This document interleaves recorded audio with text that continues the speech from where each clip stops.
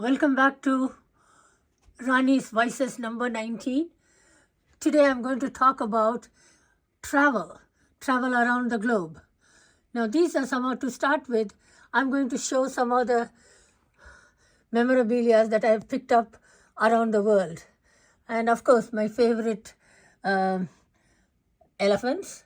See, you have sandalwood elephants and oak elephants and redwood elephants, and also different kinds of stones, silver, gold, all kinds of things that you might find. So now traveling is not just a hobby for me. It's a way of life. It's certainly a way of life for me. It gives different perspective of life. And this is the only thing I made this time to show our footprint around the globe. Now, as I was telling you, today we are going to talk about travel. And for me, travel is not a hobby. It's my way of life. I have to travel. I have to go somewhere out. I see some new things. Every time even if I go to the same place, I see with different eyes, So traveling for me is an antidote to ignorance. People don't travel. They think like, we are fine here, why?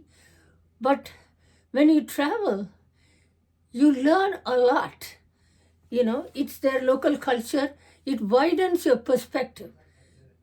It definitely widens your perspective. I like to see places basically rich in history and culture. So what we have done is we have covered a lot of UNESCO cultural, UNESCO heritage sites. So we have traveled quite a lot. Luckily, Sarath could take us around the world. Every year we used to travel, and that was a history lesson to my children who are growing up in Japan, So I thought it is definitely a good thing for us to travel. Every summer we travel outside the country, and other times we travel within. And of late, even because both of them are grown up and their holidays don't jive with us, so Sharath and I travel. So when we wanted to teach our children different culture, different history, and different perspective, we decided that we will start with showing them India.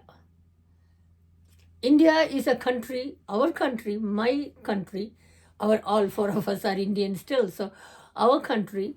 And we love the country, and we love the culture. We love the many facets of livelihood, I should say, because people live different ways. We show them not only the rich part of Indian culture or Indian history, but also the poverty of India, how people survive. So we show them all. So we started with going around India. We took a trip around India. We covered quite a bit of places. Almost a month we traveled. And then we started traveling countries where history plays a very important role. Okay. Traveling fosters cultural understanding. It's very important to learn other culture, not just within our community. You have to come up with new ideas, new way of looking at things, share your experiences.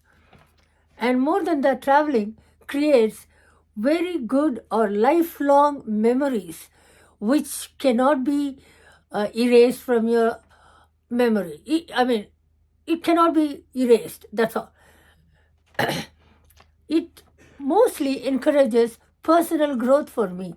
When I started my Little Angels International School in Japan, And I made it a point to have teachers from different parts of the world, so that will be really international experience for the children, because they all bring in their own culture, their understanding of life, their way of doing various things, not only food, but other way of looking at different aspects of life.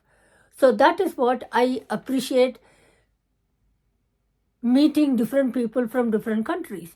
And I was lucky to have my husband sharing the same passion. So we travel around the world to learn and understand different cultures, different aspects of life, and also it creates a good mood. It relieves stress. When you're working in a different country, it creates stress. But when you travel, you really have an upbeat mood. Once you start visiting one country, seeing different things, our curiosity took us around the world.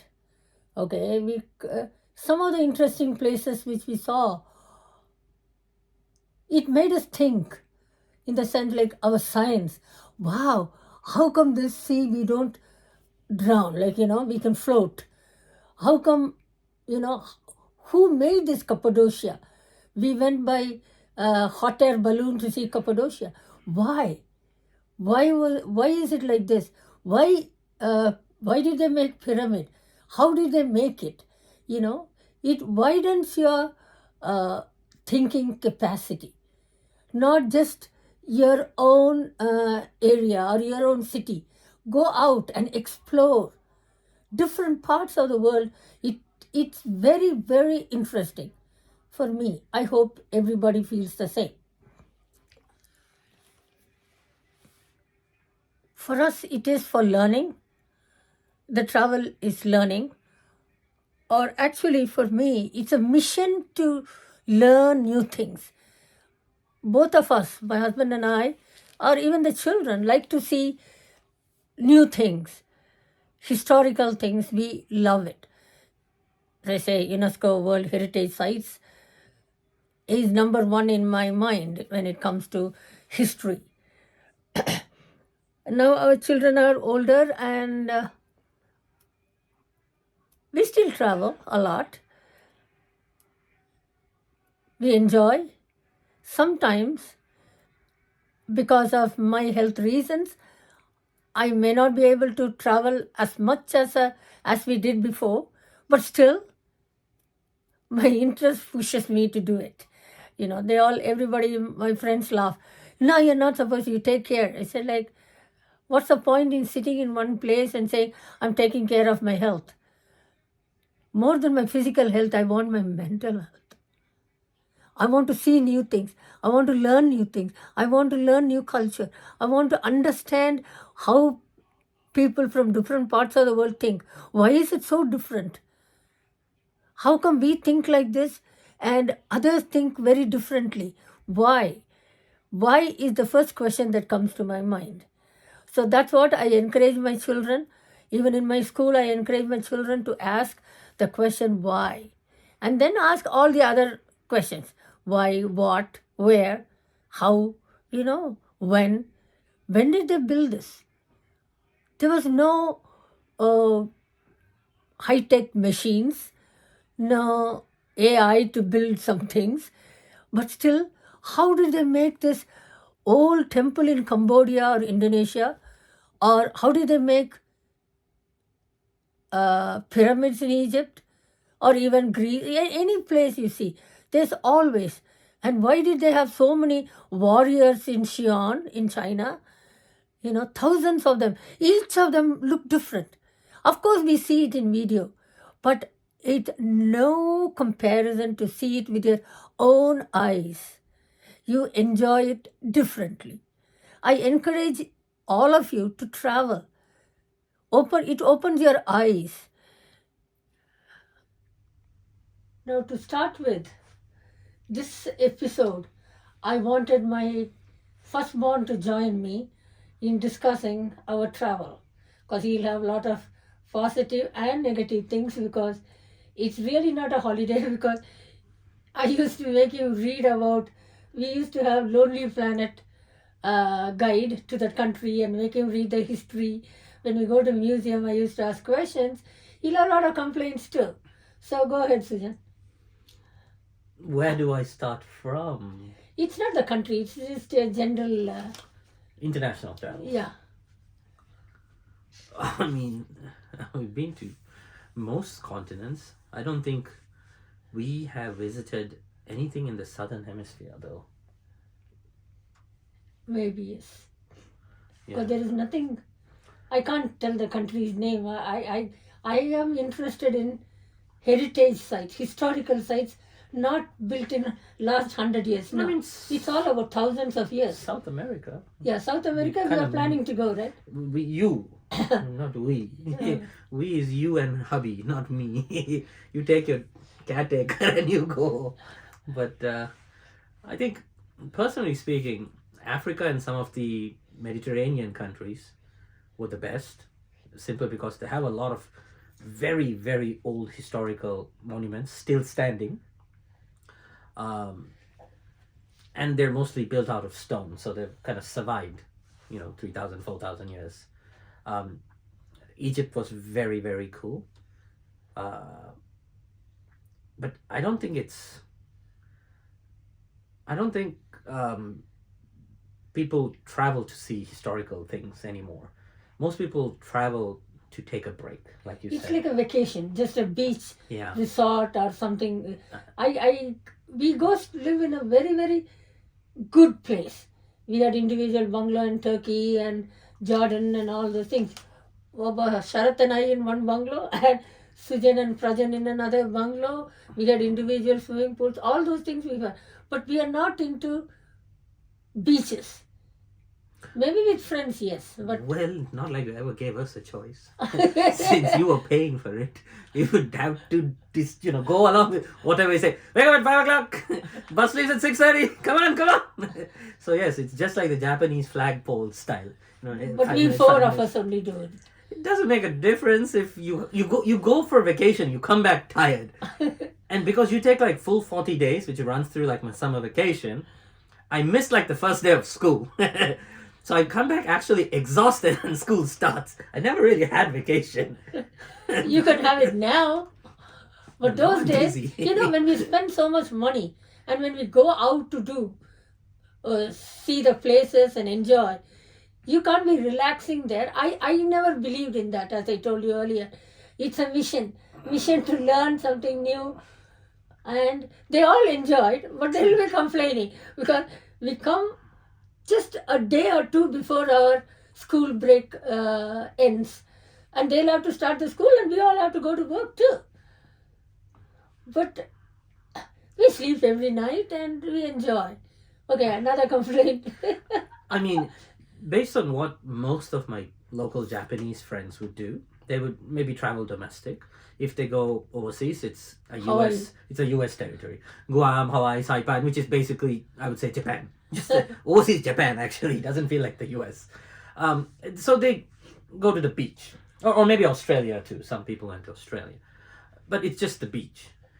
Which is what you're supposed to do. You're supposed to unwind. That is what vacation is supposed to be. For you, it's like a learning experience. So what year was this built? What type of architecture is this? Why? Why am I being tested? But Because you don't learn those things at school. yeah, so You it don't learn probably about other countries. was very useful for my academics, yes. But that's not what everybody talks about. They're like, oh yeah, so my mom bought me this, or like, we spent 3 nights on the beach. So yes, I studied the history, the Greek history, Roman history, Yeah. Chinese history. Yeah, that Well, too. there is so many things we learned. Yeah, I mean, recently, obviously, since we're all grown up, we don't do family trips internationally because you're not the healthiest person. But I still travel, not necessarily as a family, for work-related stuff, events. There's the whole MENA region. A lot of things happen. The global south generally is where I usually find myself, because that certain North American country is very complicated to visit right now for various reasons. So I try to stay away from where my businesses are incorporated. But times have changed. You know, when you travel, when you earn in a first world country like Japan, you're used to feeling wealthy when you go overseas, especially in global south. You know, you think the restaurant is cheap, you think the hotel is cheap. Not anymore. The yen has lost so much value that when you go overseas, you're like, wait, this is like half the price in Japan. Why am I paying double in this country? So it kind of feels weird. The only country that maybe people who reside in Japan feel wealthy when they travel is probably South Korea. Yeah, we have been there 3-4 times. And apart I from go that, there you have gone super many often. times.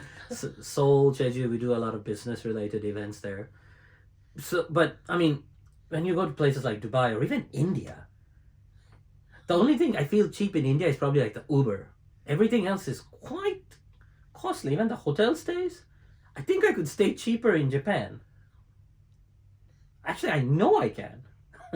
So it feels weird living in a so-called first world country, going to a so-called developing nation and feeling poor.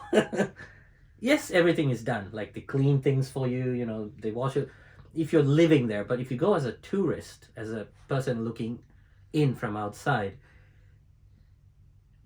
yeah, people living in Japan at least probably drawing the shot stick, feeling like, oh, I think I should go back home and do this. Like, why am I eating sushi in California? It's like $300. Why would you eat sushi when you're living in Japan? When you're traveling, you don't have to eat sushi in California. Then why do you always look for an Indian place in every country you go at least once? Because we want to see how it is. Same thing. So I have to eat something Japanese. It's not like you can get gyudon or something overseas. So you probably eat sushi, you know, try it. And then you realize, it's not. Because food is very important for him. He has to have his steak and thing. But when we travel, we eat local food. But at least once we want to try our own food, Indian food. Our own food? What you talking about? Indian food we try. No. So we go try it. Even in China, we tried Indian food once. Yeah? Yeah, in Shanghai we reading the menu? Yeah. No, reading the menu is...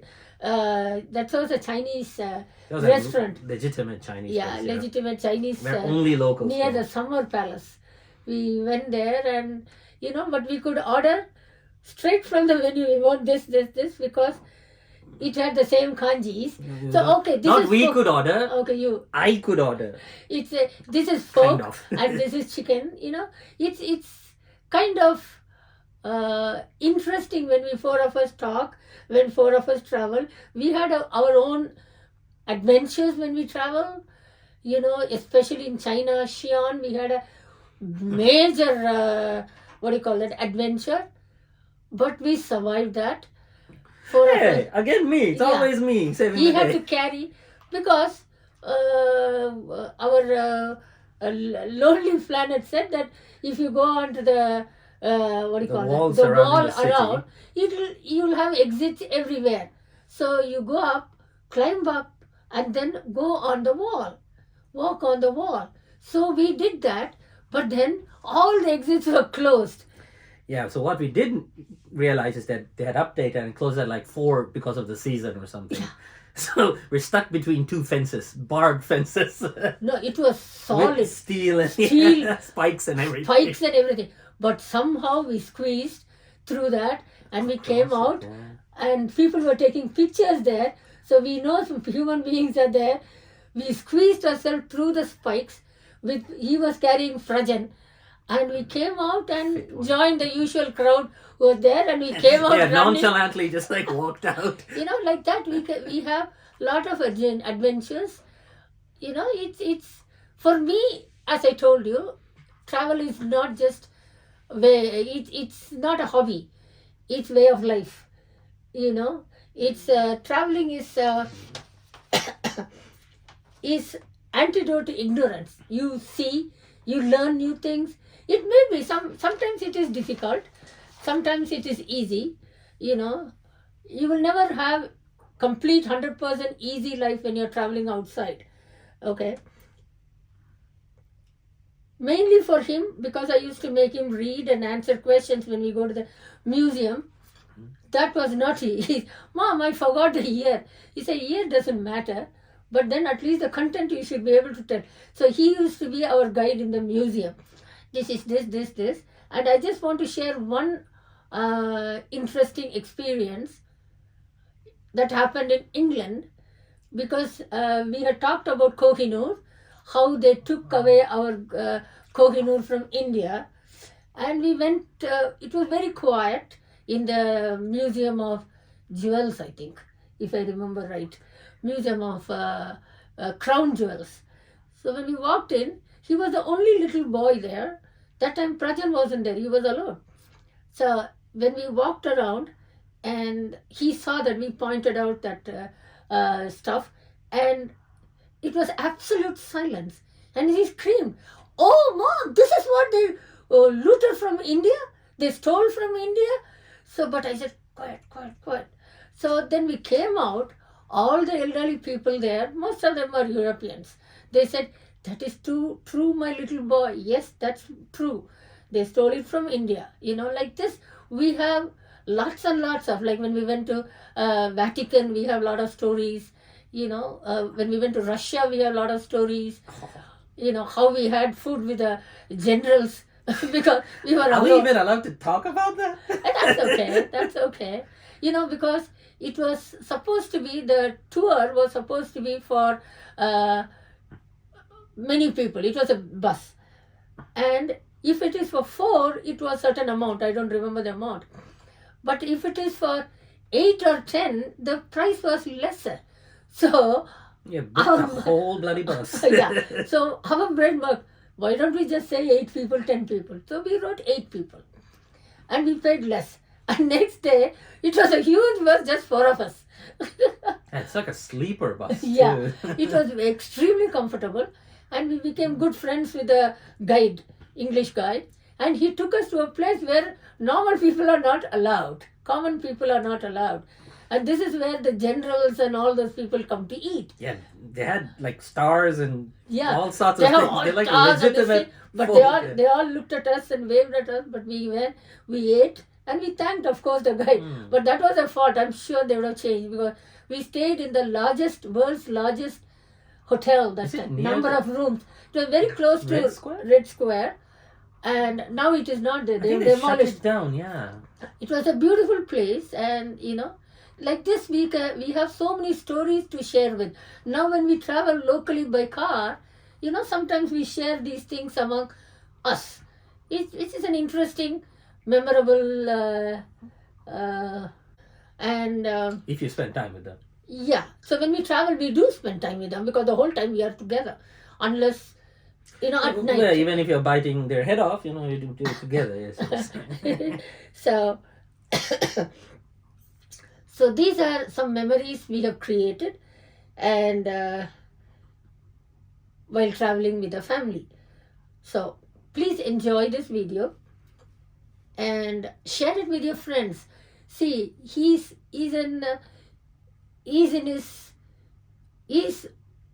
way older now. Compared to what? Oh, when I was a kid? Well, yeah. But still, we can discuss these things and laugh about it. And we bully each other about it. It's something interesting. Bullying is bad. Pull their leg.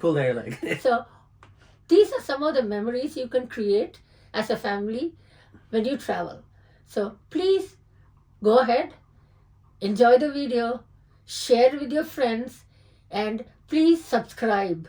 And you give your comments. Okay, when you watch these things, this is not of propaganda that I traveled. No, this is not to boast about. This lot of my friends who have the ability to travel don't seem to travel. So this is made for people who are scared to travel to countries where you don't understand the language or the culture. But this is for you to take the step. Go ahead. As I say, nothing is impossible. Just go and visit places.